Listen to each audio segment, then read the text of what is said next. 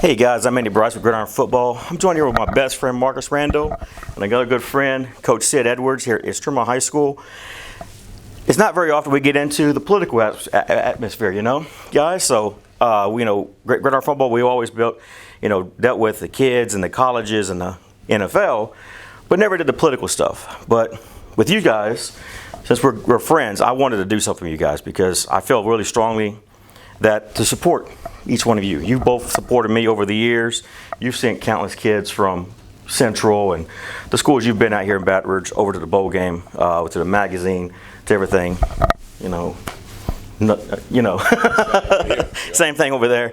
So I wanted to ask you guys, why are you guys getting in this race? Well, why would you want to do this? I mean, this is crazy. I mean, get into the election cycle, let people just tear you apart. What drives you to do this?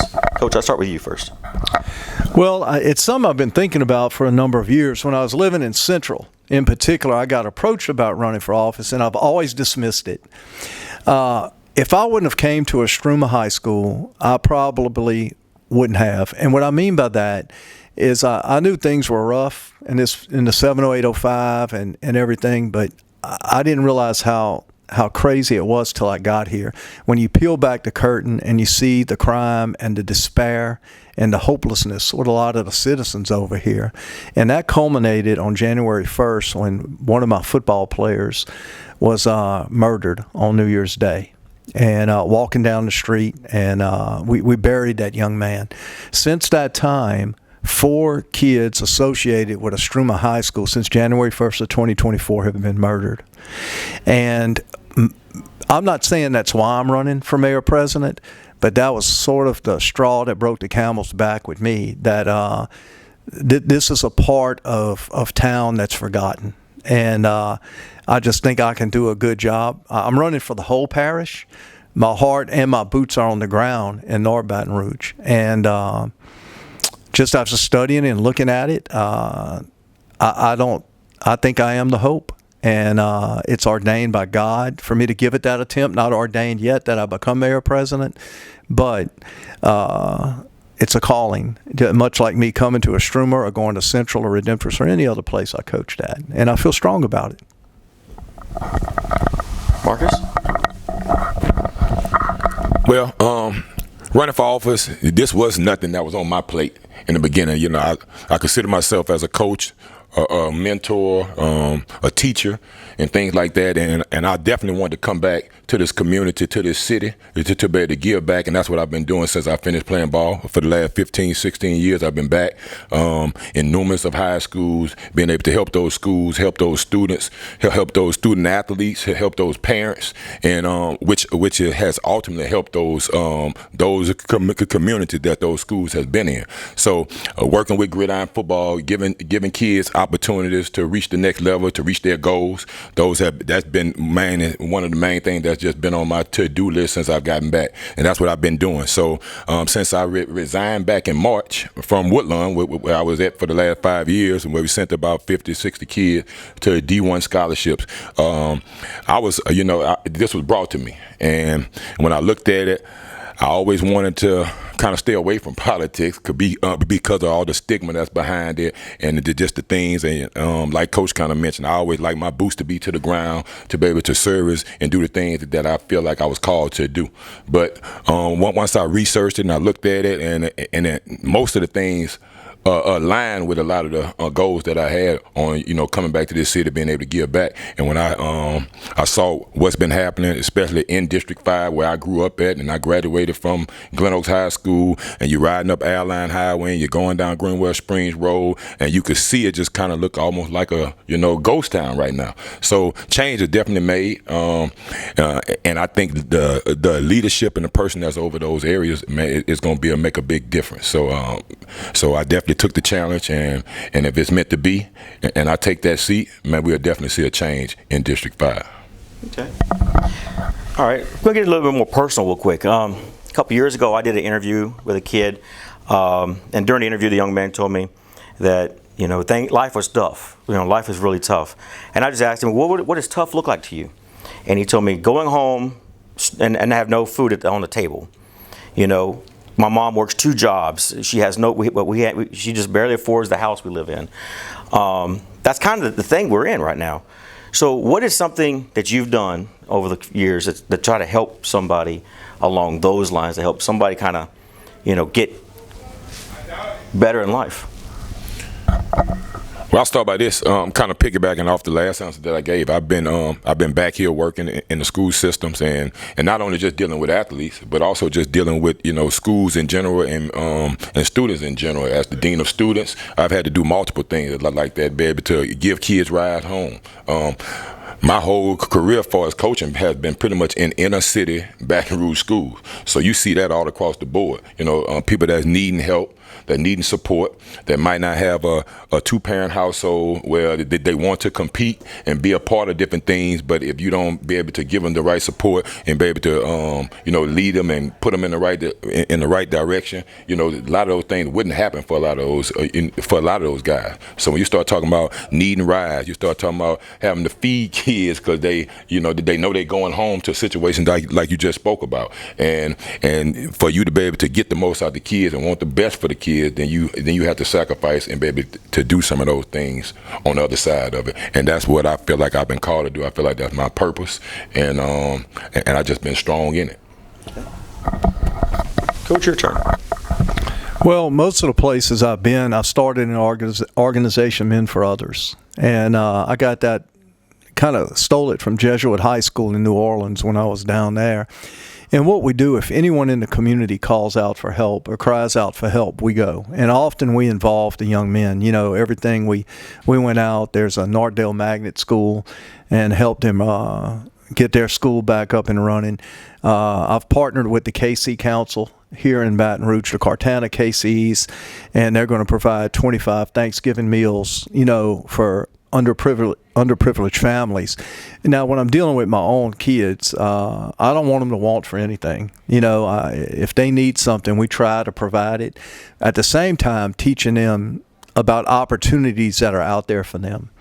I really believe this. At one point, these young men, I think they feel at times there's 3 ways out of the hood, and one is being a professional athlete. Well, that takes a lot of luck and a lot of talent to do that. The other's a rapper. I hear all the time about young boy living over there off 38th. Well, that takes a lot of luck and a lot of talent. Now, there's some that think they can rap here, they can't. Okay? So it takes some talent. And the third is the street. And I don't know in their minds how much they realize that the third option, being the street, doesn't have to be an option. You could be a postman, a welder, a doctor, a lawyer, a dentist, a plant worker.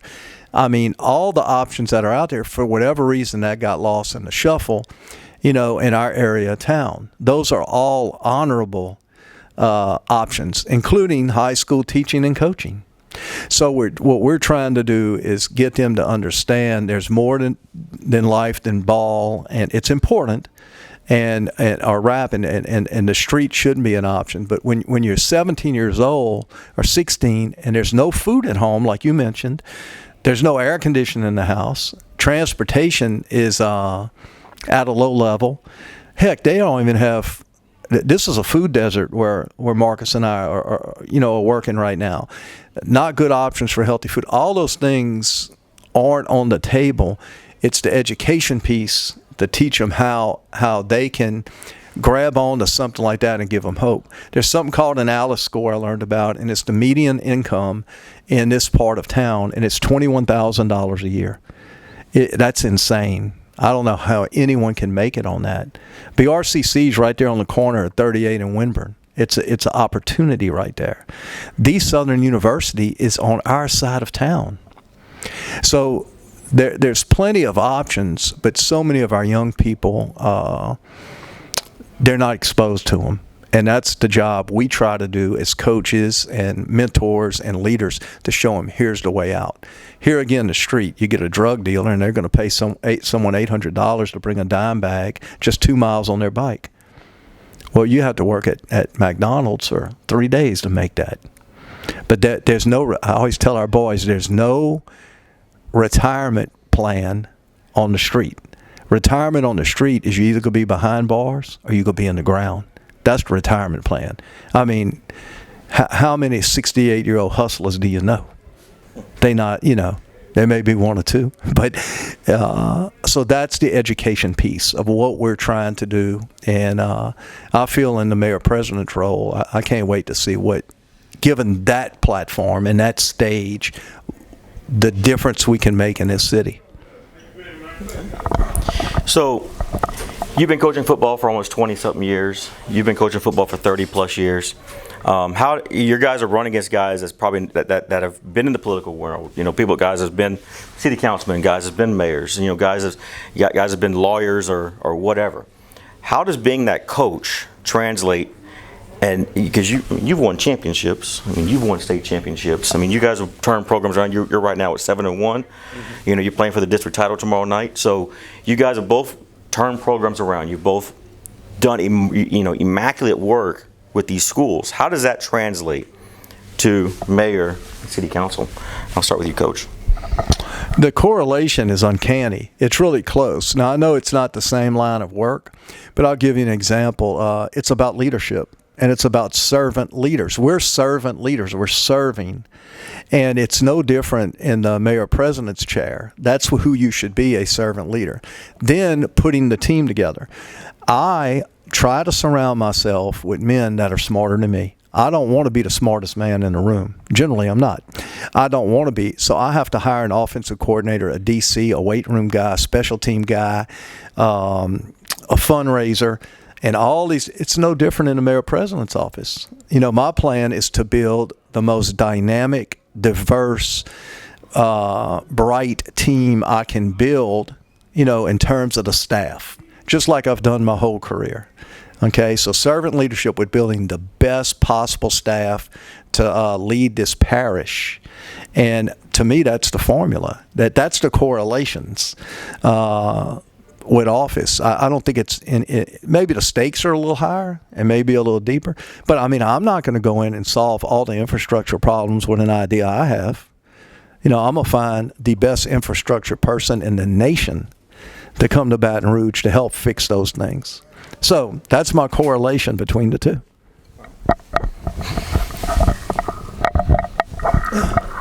So I'll just start with basically saying when you start talking about the correlation, but between a city councilman seat or a political seat and a coach, I think you'll be coaching either way. Leadership on both sides of it. It's just like Coach kind of spoke about, you're putting teams together, putting staffs together that can go out and execute the plans that you have. So you're looking at assessing plans to pretty much the same thing we have to do when you start talking about watching film, or you start talking about, I know those are football games that you're getting prepared for, or getting ready for a season, but now we are getting prepared and getting ready and putting plans together to help a whole city or to help a whole district. So I think the same thing come into place when you start talking about being successful and those principles that you put, foundation work, going out, being able to assess what problems you have, and then being able to have the team there and those people there, and including the residents that's in those districts or that's in that city, being able to put something out there for them to have pride in, for them to want to share in this success. So once we do have success, everybody can feel part of it. Everybody's going to want to hold up their end of the bargain. Everybody's going to want to see the growth that's coming. It's not going to just be one person. So when you start looking at it from a whole team concept or a district of team people, that's the correlation that I see when you start talking about winning and losing. Now I know in sports they want to they see you every Friday or Saturday, depending on when you're playing. You got to pretty much take your test in front of everybody right then. They get a chance to see what it is that you're doing. So I think that'll be another thing that'll come over, because that's what I want to be able to show. I don't want to just be able to talk about it. I want them to be able to see. And I think that's what leads people to being able to want to do more and want more. All right. So I think everybody's noticed I'm sitting between you two guys. So, you're running on the Republican ticket. You're on a Democratic ticket. So the national media wants us to believe that we're at war with each other, right? You hate us, we hate you. So and so forth. How do you how do you associate with Coach here? And if both you guys were elected, how would you guys both associate with each other so y'all could get work done in the city? You know, because y'all both have the same goals in mind: helping kids, build infrastructure, keep the kids off the street, let's fix the problems we have here. So you both have the same ideas, different a little bit, but same ideas to speak of. How do you guys work across the aisle? How would you guys work across the aisle if you guys are both elected? I'm gonna start with you. I think that answer kind of goes back to what we stated earlier. When you're coming from the sports arena, man, it's all about being successful, getting the win at the end of the day. And when you start talking about being in locker rooms, and I've been in locker rooms from high school to college to the NFL, and we all probably had different views on a whole bunch of other different things that was outside that locker room. Right. You know, like you just spoke on, you had Republicans, Democrats. If you start talking about, Christian believers here, you got Catholics over here, Baptists over here. But at the end of the day, when you start talking about how you work together, I think that's what we'll bring to the table. Basically, is a team concept of us needing to get it done. I can't see a party side, because we trying to get something done for the city, and we talking about wins and losers. We talking about trying to fight against each other. That's just not a formula for success, and I think that's what we see right now. Okay, Coach, what about you? Republican and Democrats. Got a question: is God Republican or Democrat? For that matter, is God black or white? That's a tag. A man invented Republicans and Democrats. I run under the Republican ticket. My beliefs more align with the Republican Party. I'm a pro-life guy, which is very, very important to me. But my whole thing is, as coaches, if Marcus and I worried on our team who was Republican or Democrat, who was black or white, or whether they Baptist or Catholic, that's all out the window in two things: sport and war. Yeah, I mean, if you down there and you on in the line of battle, you're not gonna look to your left if that's the guy that got to have your back, and you wondering, oh, he's black. Oh no, he's white. He's a Democrat. He's a Republican. You don't worry with it. That's my overall philosophy. I'm running proudly under the Republican ticket, but there's too much divide in our country. It's at a time when it's the most divided between that letter R and that letter D. And we're all human beings. We're all God's children. And so for me, if God blesses me and it's His plan for me to get in office, Republican, Democrat, black, white, Baptist, Catholic, you know who I'm going to be? Sid. I'm going to be Coach Sid, because I'm for all the people. And that can't be said with politicians. The city don't need another politician. They don't. The city needs a coach bad. You hit on something there that's very personal to me. I know I served in Iraq and Afghanistan. Some of my best friends are black guys. Now I'm a white guy through and through, obviously. I am a conservative, which we've had those talks, but I don't really care. I don't align with the Republican Party because first off, I just don't think they got their stuff together. I don't align with the Democratic Party because, well, I'm pro-life, I'm pro-gun, and so on. But I am aligned with what you just said. We are all human, and this is a human issues we face. We face kids that are struggling every day. We're facing crisis, throughout the state, especially the city. So, last question or last statement. I'm gonna let you look right in the camera, and that you guys both speak to the people. Why should somebody vote for you? I think you need to do your research and study all the candidates. I can tell you that I'm the candidate most like you. Okay, a powerful thing in my campaign is I don't owe nobody nothing. Some of my opponents have over $1 million, $700,000, and I could promise you none of that money came from Oswego Street.